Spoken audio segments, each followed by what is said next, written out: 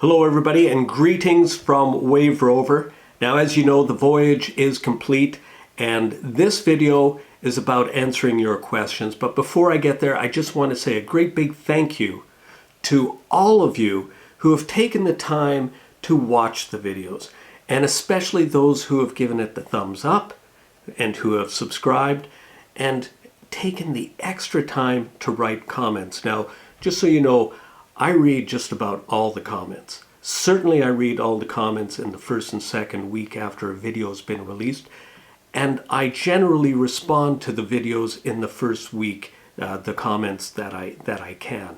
After that, I'm probably focusing on the next video, but that is about 90 to 95% of the comments that I just said that I do in fact get an opportunity to read. I also want to say a great big thank you to those of you who have been patrons.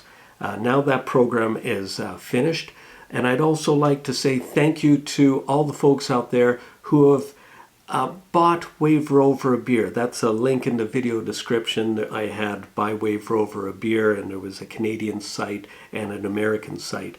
And I have to say a lot of you took me up on that, and thank you very much. The money, you should know, wasn't all used for beer, although I will say some of it might have been, but most of it went toward the production of these videos. So thank you again.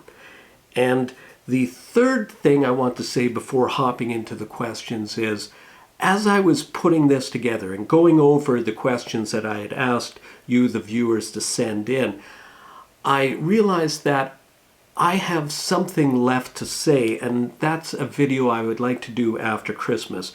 And that would be a video where I talk about the lessons that I've learned on Wave Rover, the things that worked out properly for me, the things that worked out to plan, and the things that didn't work to plan.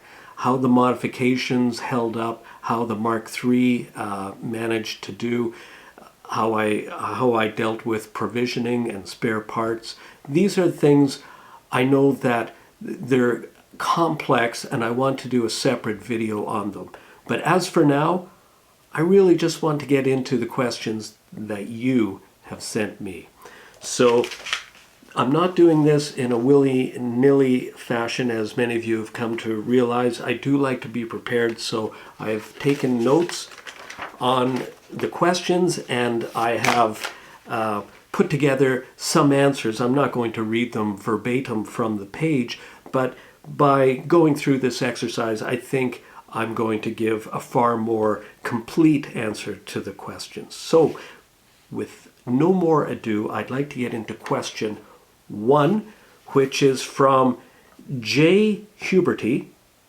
And Jay asked, what percentage of time was the sailing comfortable / dangerous due to high winds / sea state? So, you know, that's a great question. That's a question that I'm sure a lot of folks have.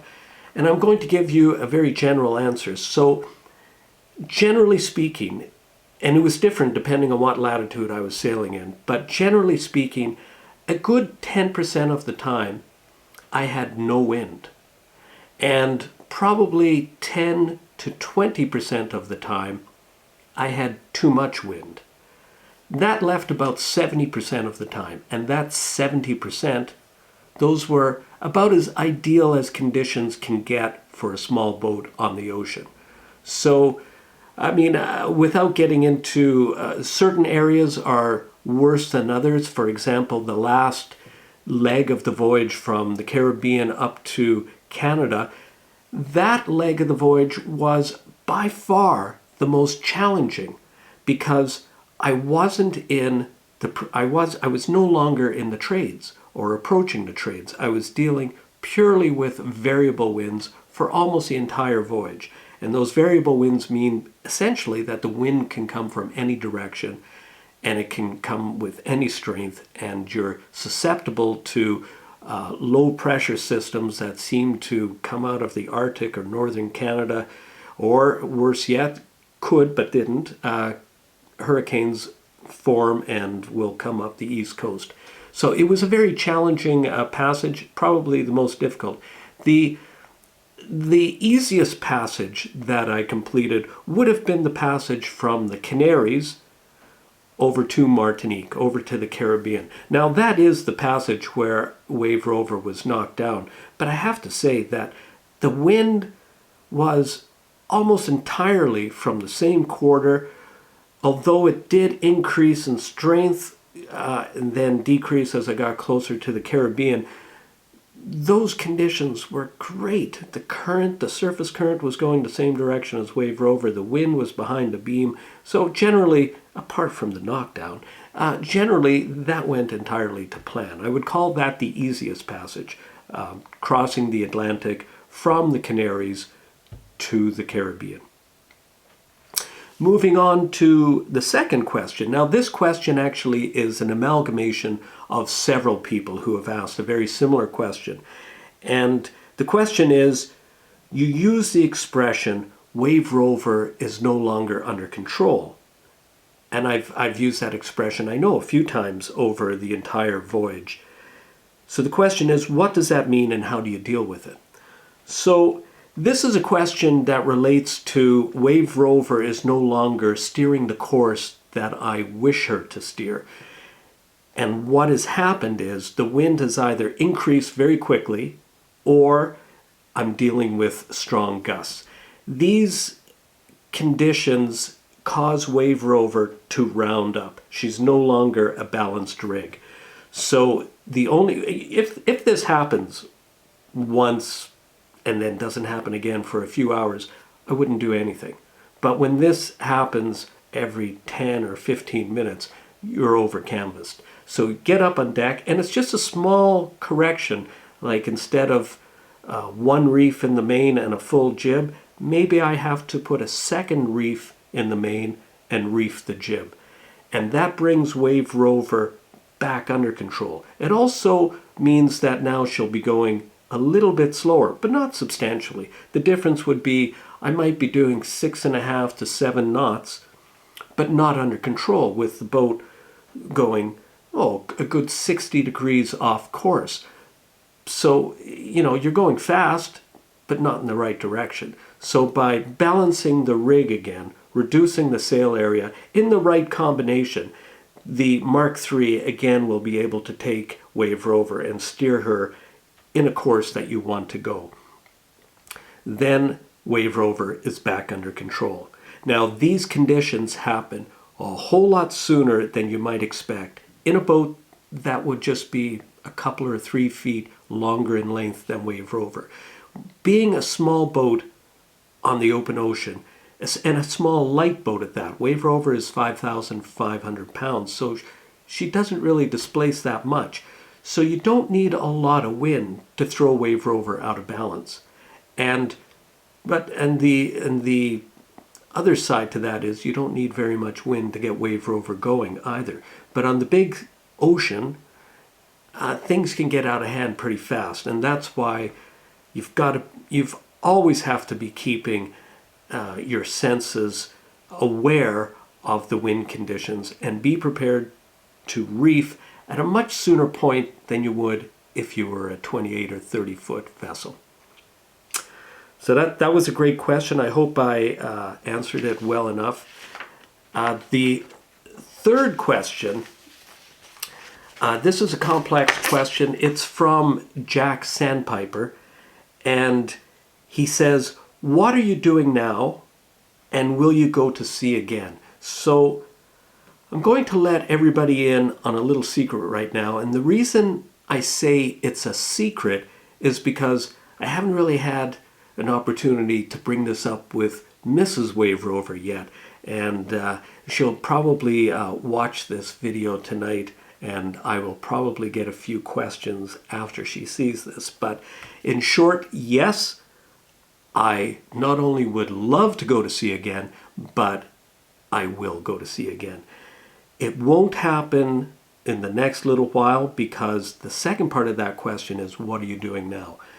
So I've just started a brand new project. In fact, I started it within weeks of having finished the voyage, which is a homestead. So we're creating this homestead from just a blank lot. We bought 5 acres and we're turning that into what will be a self-sufficient, self-reliant, independent homestead. It's not a big departure from solo sailing.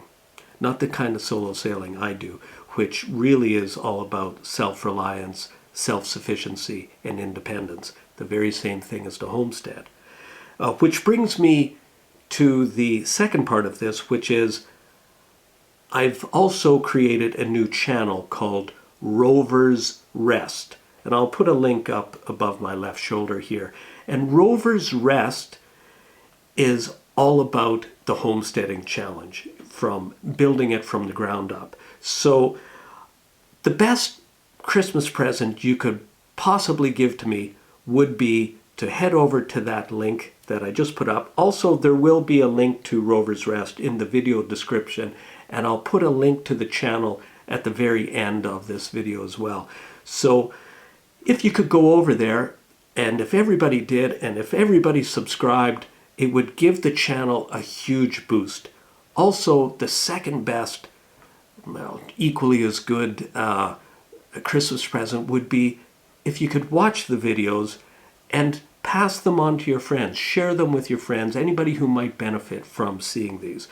So that's what I'm doing now, and it's going to be a multi-year project, and I look forward to getting it up and running. I'm quite passionate about these things, and I'll be putting the same passion and effort into this project that I put into Wave Rover.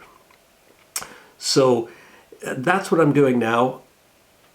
When will I go to sea again? Well, it'll be a few years, and I'd like to talk about that in the next video when I talk about lessons learned. All right, moving along now to question 4. And I'm sorry if I mispronounced some of these names, but this is Bernard Zert.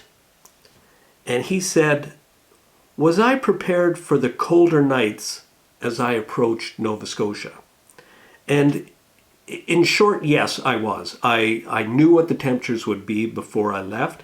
It was a worry for me because, as I explain in one of the videos, hypothermia is a very real and dangerous thing that you must be aware of as a solo sailor. It's not just the tiredness that makes you make bad decisions, but also it's when you start getting cold.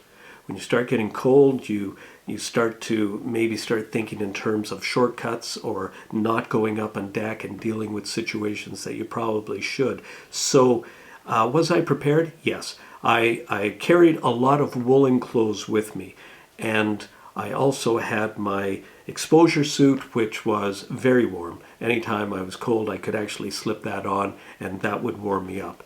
Thirdly, I had a hot water bottle with me, and although I didn't feel it necessary to use it, I came very close to needing that, because one of the things I've found is if you can keep your head warm and if you can keep your feet warm, everything else sort of falls into place.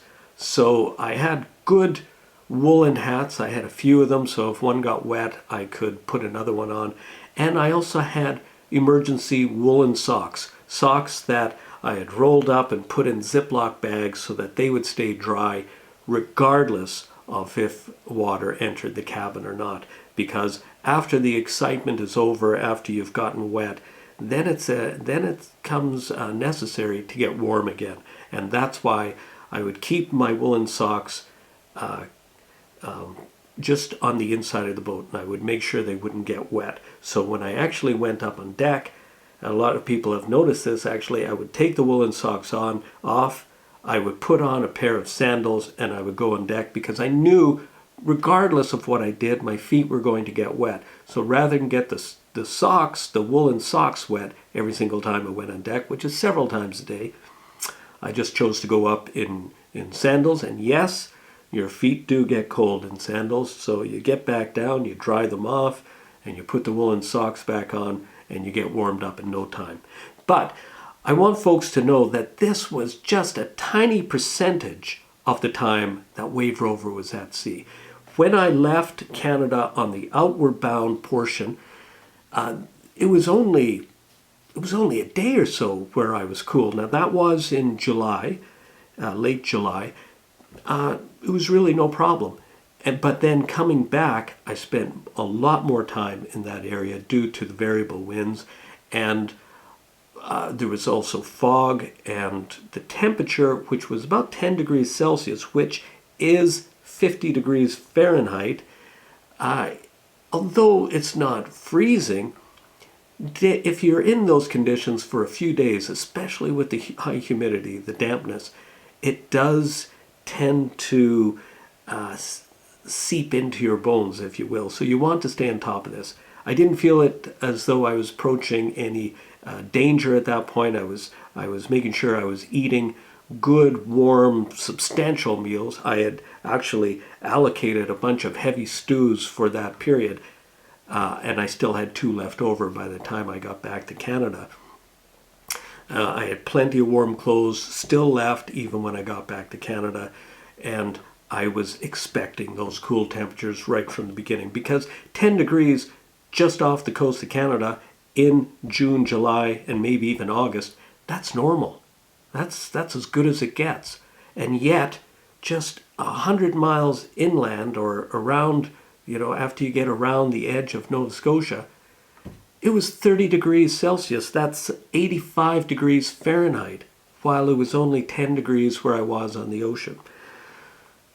I hope that answers that question. But always be prepared for cold weather.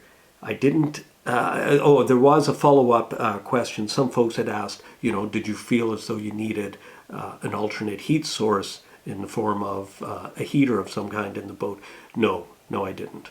Not during those months. If I was going to be traversing those waters in September, October, I would probably insist upon having some sort of heater. But under those conditions, for the short period of time, no, I was prepared. Moving on to question 5. It's a question from Barbara Frisbee.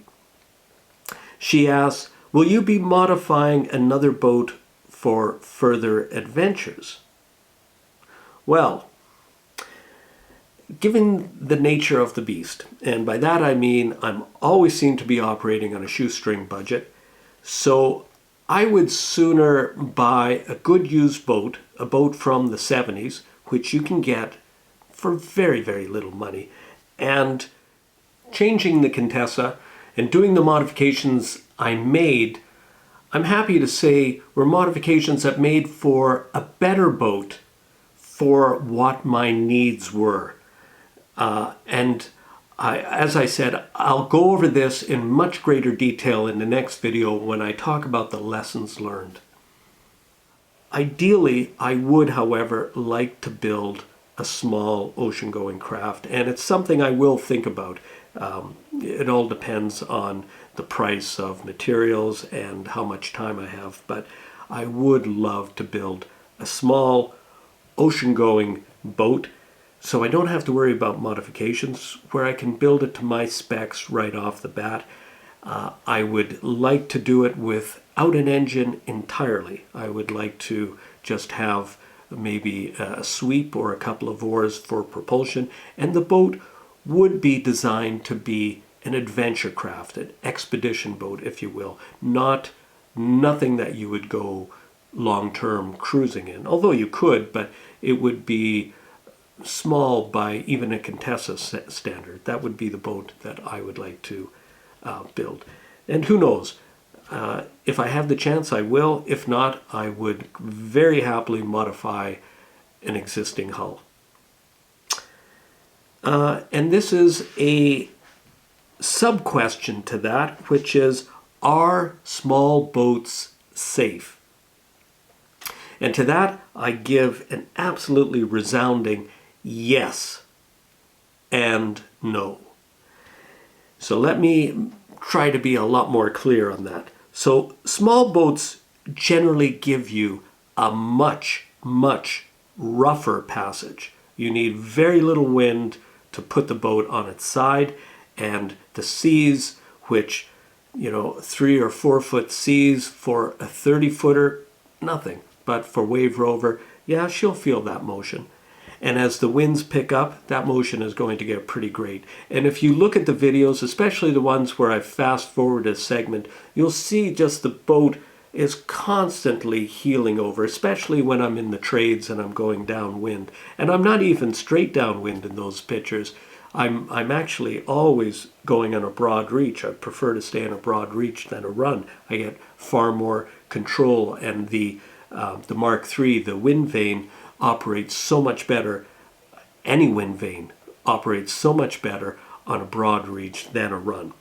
So that's the first part. The second part is Wave Rover starts to reef somewhere between 10 and 15 knots, depending on the sea state and the point of sail that she's on. And she'll be fully reefed by the time it's 20 to 30 knots.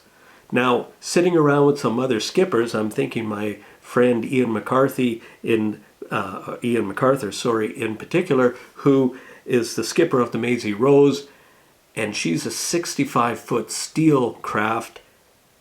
He said to me he doesn't even start thinking about reefing until it's blowing about 35 knots. So that tells you the difference that a bit of length and heft make to a boat. There's more to this than just what I said. There are the curvature on a small boat is so much greater than the curvature on a large boat. It's because of the length.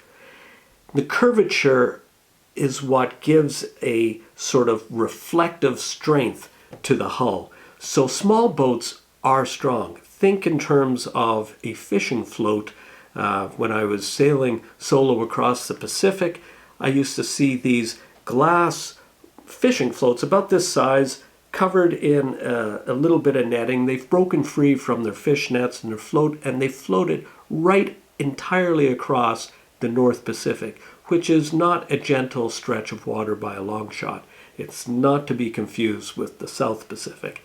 And those floats have made it thousands of miles from Japan all the way to the coast of Canada, totally intact. And that's because it's a sphere and it has quite a curvature to it. But it is made out of glass. So one would think, well, that's not going to last, but it does. It does because of the nature of the material and the curvature.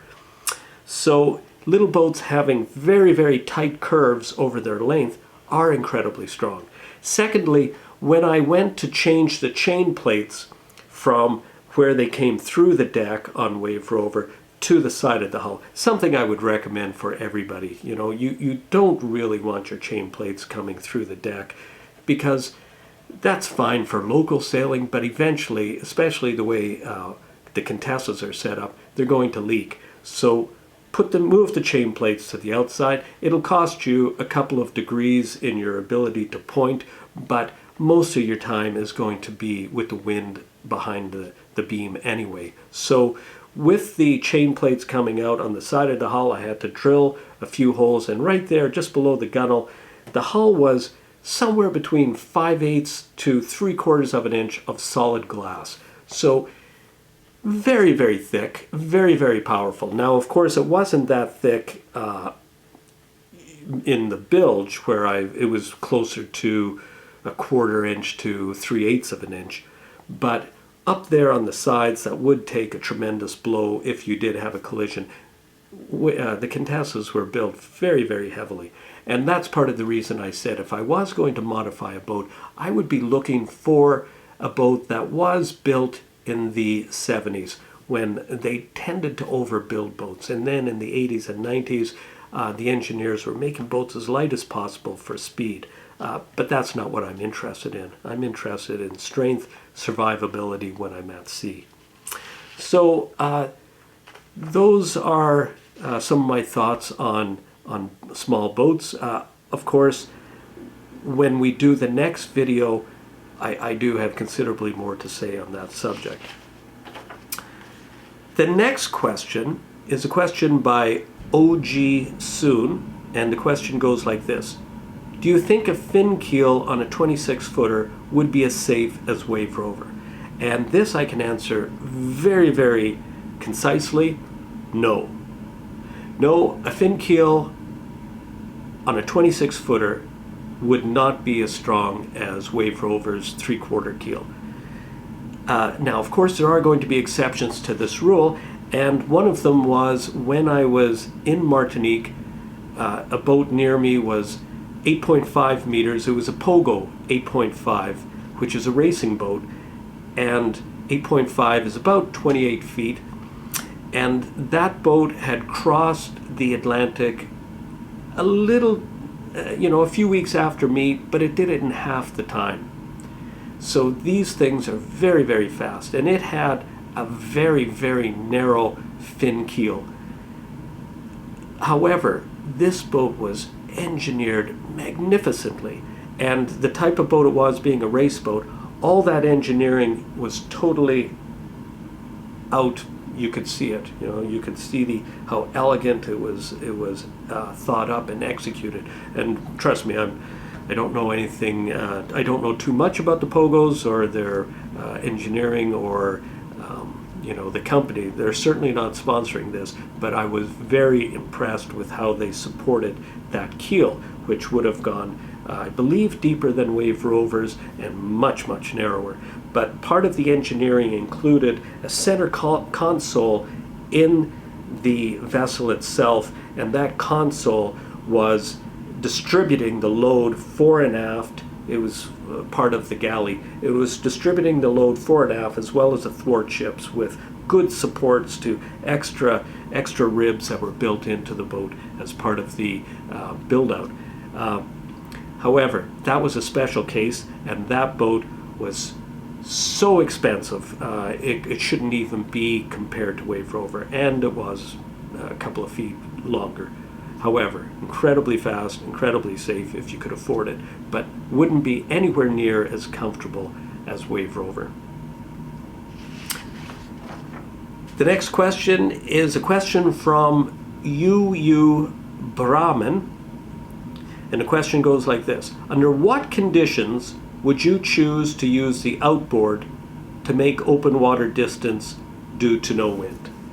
And some of you know, if you can remember, as I was approaching Flores, which would have been the westernmost island of the Azores, in fact it's the westernmost point of Europe, about 60 miles out, I had spent a couple of days with absolutely no wind. It was a high pressure system. It's called the Azores High, and it's a big high pressure system, and when you're stuck in it, you'll be in it for a while. You try to avoid this as best you can, but it was unseasonably high for that time of the year. So I did put the outboard on, and I did use it. I'm not overly proud of that because I used that for I think 60 nautical miles, more or less. I ended up making calculations before I made that, just to make sure I was close enough to the island for that, because my outboard was only meant for the last couple of miles. But because we were becalmed for so long, the sea was glass-like, and it really was that easy for a 6 horsepower motor to push Wave Rover 60 nautical miles to the island. And when Wave Rover arrived at the island of Flores, which is my first stop on the very first passage, and Flores is the westernmost point of the Azores, I arrived there with probably only about 2 liters or so of gasoline left. Not very much. That's less than half a gallon. And also a second point I'd like to make is I'm not a big fan of motors of any kind, outboard, inboard, you name it. They tend to be a distraction to the actual sailing. And folks these days, I feel, have become way too reliant on what should have been just an auxiliary, and now seems to be becoming the main propulsion system for these vessels. I mean, we are, after all, sailboats. Now, another observation I have about motors, they seem to suck up a lot of time and energy to maintain these beasts. And the stories that you hear from most sailors refer to how the engine failed them at the most inopportune time. So having said that, moving forward, I would like to think that my next boat would be an engineless boat.